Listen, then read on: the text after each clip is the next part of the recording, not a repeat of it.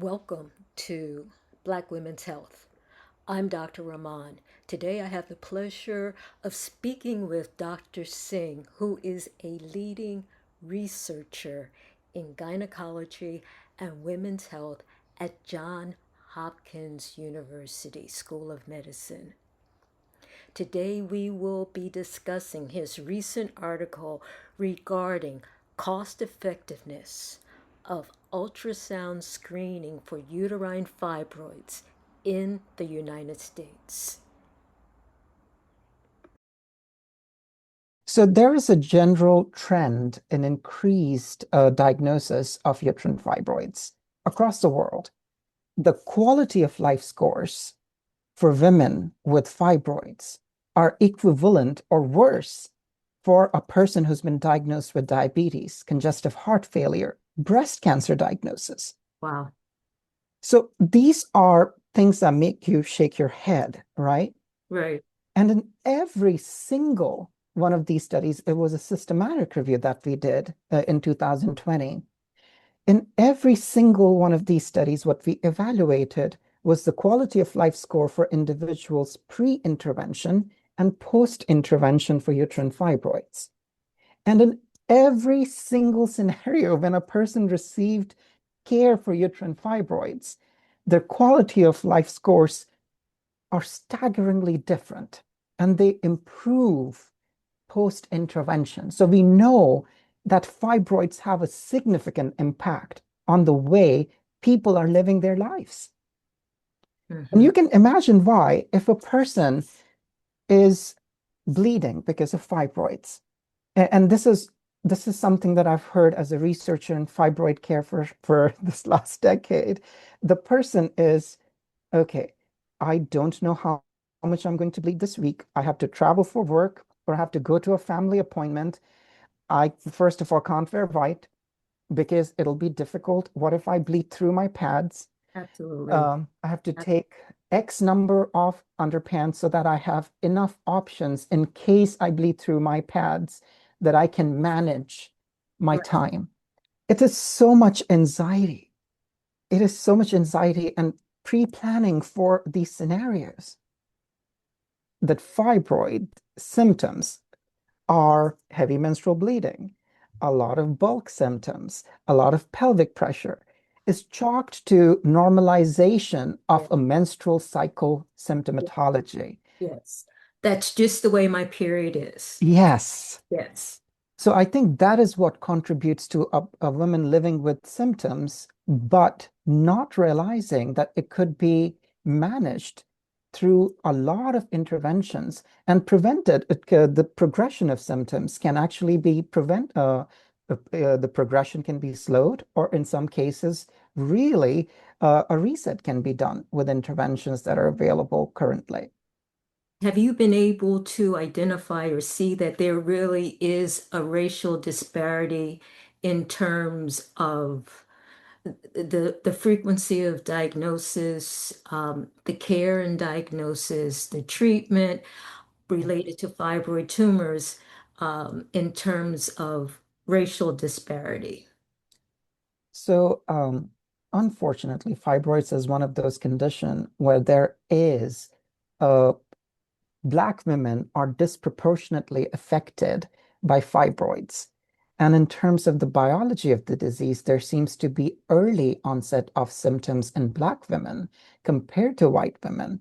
So, for example, what do I mean by that, right? Mhm. The number of fibroids seems to be higher in Black women as compared, on average, seem to be higher in Black women than compared to white women.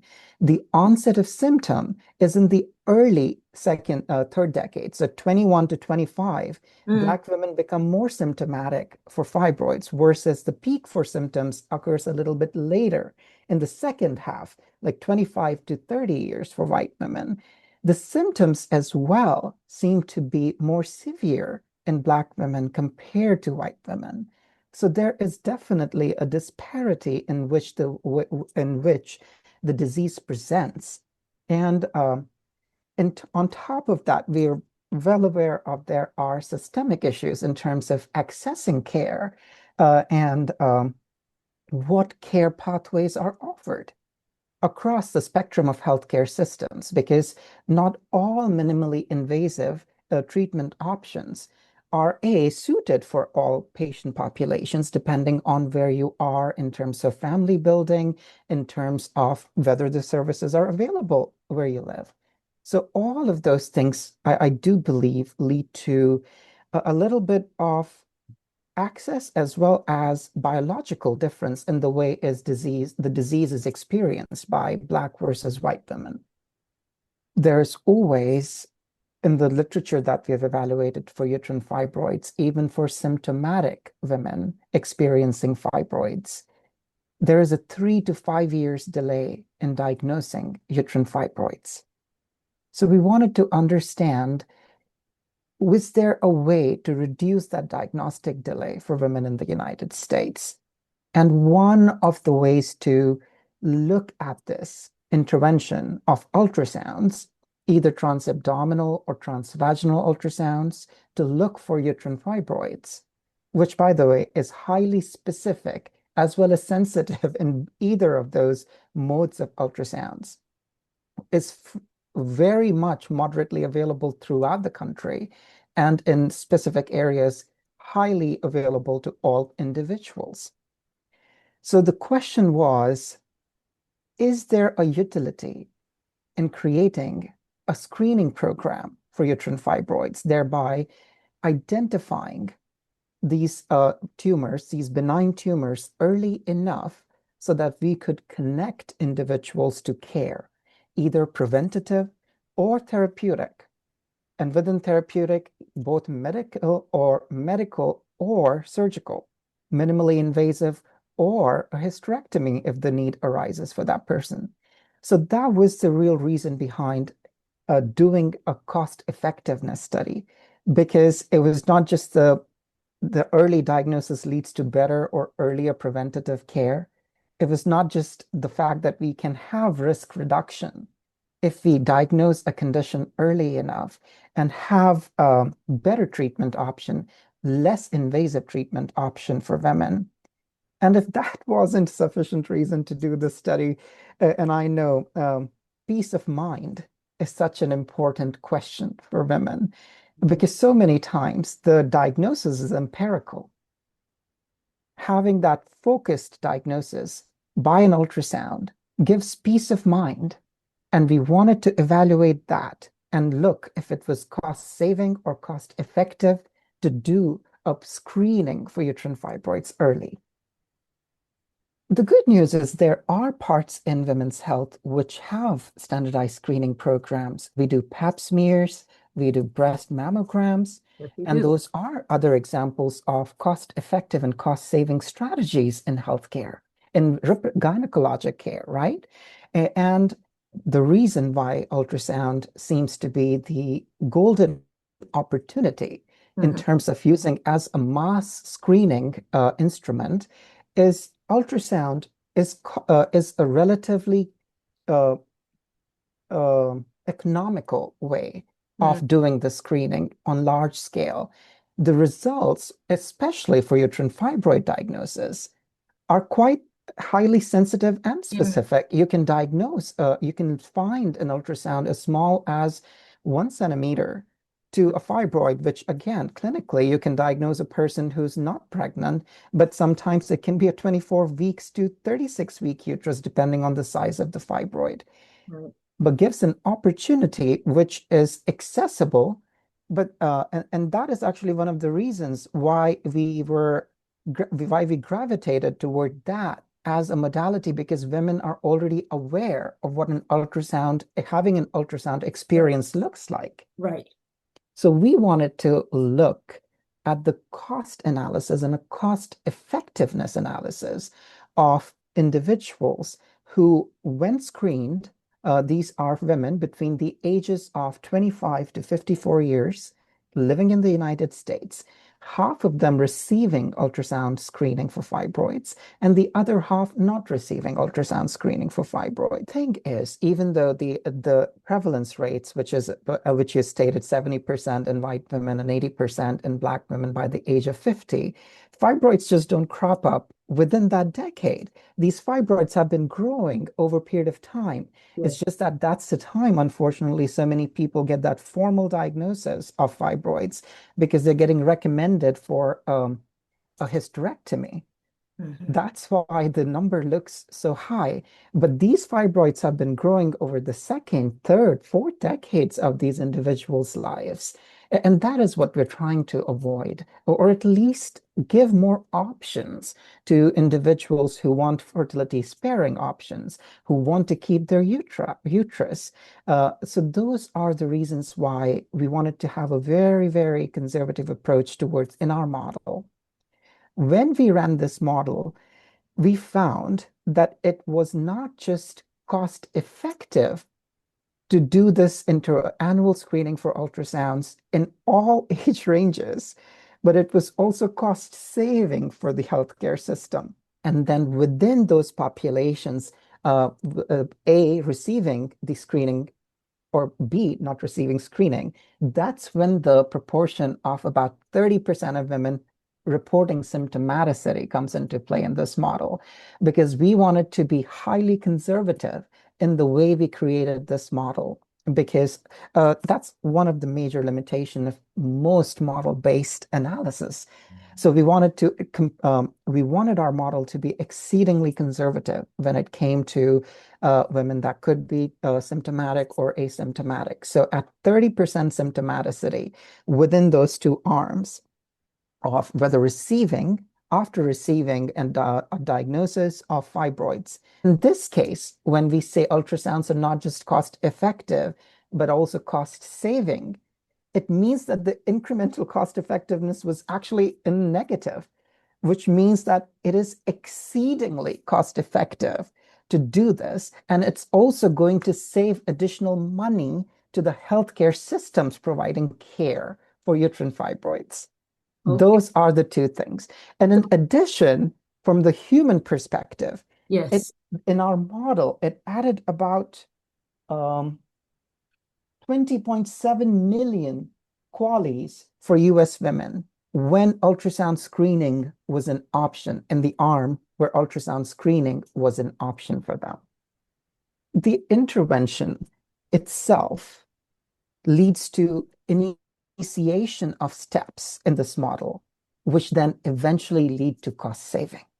And like most screening intervention, I think the beauty of this is if you are diagnosed with fibroids early enough, there are opportunities for secondary prevention, which lead to reduction in or maintenance of fibroid size. In some cases, reduction of fibroid size. And that leads to more period of a person can go without or maintaining an asymptomatic stage, or if becoming symptomatic, the symptoms are less severe compared to one without any intervention. The other way the costs add up is depending on, and again, this is a model, right? So in this model, the interventions that the person can receive range from a hysterectomy to a myomectomy to minimally invasive options such as endometrial ablation, radiofrequency ablation options. So all of those were taken into account as options for an individual who was screened, became symptomatic, and then received these plethora of services. And that reduces if we do a stepwise, strategic, personalized intervention in a clinical scenario. Yes. And in a model, we use those proportions, those probabilities of the person choosing those options based on realistic numbers that we have in our literature of people choosing those options in different decades of their lives. Cost effectiveness and cost saving, these are economical analyses of the interventions, right? These are not clinical determination of what is happening. So when we say something is cost effective, it has different perspectives. So Mm. the perspective that we're choosing in this scenario is the healthcare payer perspective, which in most cases within the US is in third-party insurance. Okay. So when we say something is cost effective, it means that if your health insurance, the payer for for this unit of patient Right. would cover a screening service like this, it will be not just cost effective for them to cover it. And on top of that, the patients, which are the end users of this system, right?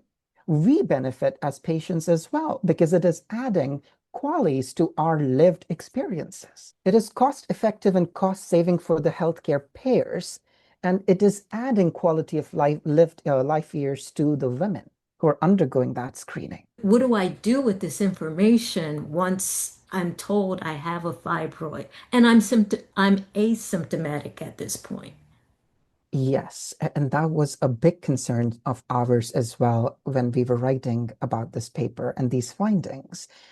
So the paper currently evaluates the frequency of the frequency that we set. The model was at annual screenings. Hmm. And that can be excessive. But at annual screenings, we knew it was still cost effective and cost savings. So if in the future we change the frequency of screening to maybe every 5 years or every 2 years, we know that in the most conservative approach of annual screening, this intervention was cost effective and cost saving. So we do know the conclusion, one of the future directions of this model is we want to pilot this in different formats of frequency. We Mm. do know that 50% of these women will be quote unquote asymptomatic. But from what conversation we've had for the last 5 minutes, we can both agree that a lot of those asymptomatic individuals is over normalization and under identification of symptoms. However, that does not mean that if you're diagnosed with fibroids, it's a direct way to starting therapy or getting a surgery. That is not what we are recommending. A decision is a tiered approach. Once a person is diagnosed with fibroids, what we imagine would happen and happens in clinical care is that there's a shared discussion of the findings of any intervention. So if you have fibroid diagnosis, hopefully there will be, and you're asymptomatic, Mhm. there are avenues for secondary prevention that we know from literature work, such as vitamin D supplementation, green tea extract supplementation. Those are things we want people to be more aware of and talk to their doctors. Uh, it- by what we do not mean is that you get diagnosed with a fibroid, you're asymptomatic, and you get recommended for a minimally invasive procedure. That is not what we are recommending here. Or doing nothing. That is also an option. You at least then you can over a period of Just time, you can monitor. see how the fibroids are responding. Are they growing? At Right. what rate are they growing? And Right. as the person grows, patient preferences change over a period of time, right? I'm in my 20s and I currently don't want family. So the medical options that are available to that individual will look different from a person who's actively trying to get pregnant and has a fibroids, which is uterine cavity distorting kind of fibroid. So all of those parameters and symptoms and health status and family goals should be part of this conversation. We hope that Okay. this becomes a spark of conversation where you're more self-aware of what is happening with your body. And I think this is something we can all agree. Right. Having the patient knows their body best. There's the how they're feeling about their menstrual cycles, how they're feeling about rest of their body, and being able to have a more detailed conversation about that with their doctors is what we're after. The Right. average age of hysterectomy is around 44.7 years of age. Hmm. By that time, if I'm not a female, I don't bleed every month. So, but if I did, and if I was anemic and I was experiencing these symptoms every month. And And I was through having children. yes, and I've had kids. Right, right. It's like, take it out, Yes. yeah, It yeah, seems like a very valid option. yeah. If you wait too long, it Yeah. probably is. Yeah, And for some indications, there is a place and a time for hysterectomy. yeah, There are indications where hysterectomy is the way to go. But is that the case for every single person? right. I don't think so. It needs to be a more comprehensive discussion. We are just beginning to understand the genetics of uterine fibroids. There have been some really good genetic studies from the South actually recently, where they published and looking at the genetic makeup of uterine fibroids in native population of the United States. So we're developing on this, but currently I cannot say with 100% certainty Mm, about the genetic predisposition. But that also talks about the fact that if I am a a female and I've started having my menstrual cycles when I was 14 years old, and then now my cycles are a little bit heavy, and I mm, go and talk to who's the first person I talk to? Likely my mother or my sister or somebody within my family, my aunt. And they're like, oh no, I have heavy periods too. And then I go into the third decade of my life. Now I'm 22 years old. And I'm like, but I feel really uncomfortable with the symptoms that I'm experiencing. I'm not able to really enjoy my life the way my friend A is enjoying their life because this is really hindering my day-to-day activities. yeah, And then you go back to your mother and your aunt and your friends and it's the same conversation. No, it happened to me too. And that leads to that over normalization of symptoms and prolonged diagnostic delay, which we're trying to hopefully intervene early enough so that the the the conversation goes like, why don't you actually go talk to your gynecologist and get tested, get an ultrasound, or talk about your symptoms to your gynecologist so that you can actually figure out why those symptoms are occurring. I think there is a need for awareness, there is need for advocacy, and there's need for better understanding of these benign, so-called benign yeah, gynecologic condition. I think there is a time and place for empirical diagnosis and initiation of empirical therapy. And I think that is what the ACOG guidelines are referring to because because the prevalence is high and the symptoms are non-specific. Start and the treatment therapies are also especially the medical therapies are quite limited in terms of what people are offered. So there is maybe a bias in which way in the way treatments are offered, and that's across the board for gynecology.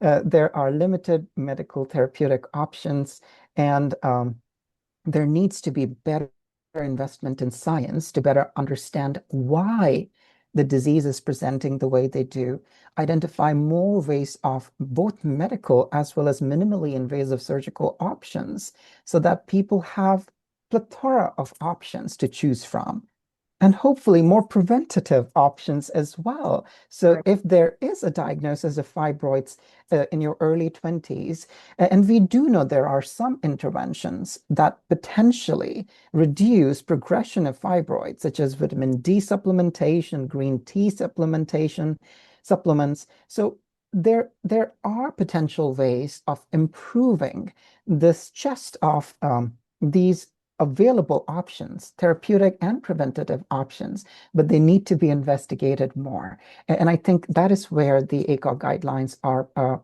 the way they are, because we do need the science to catch up to develop more options for treatment.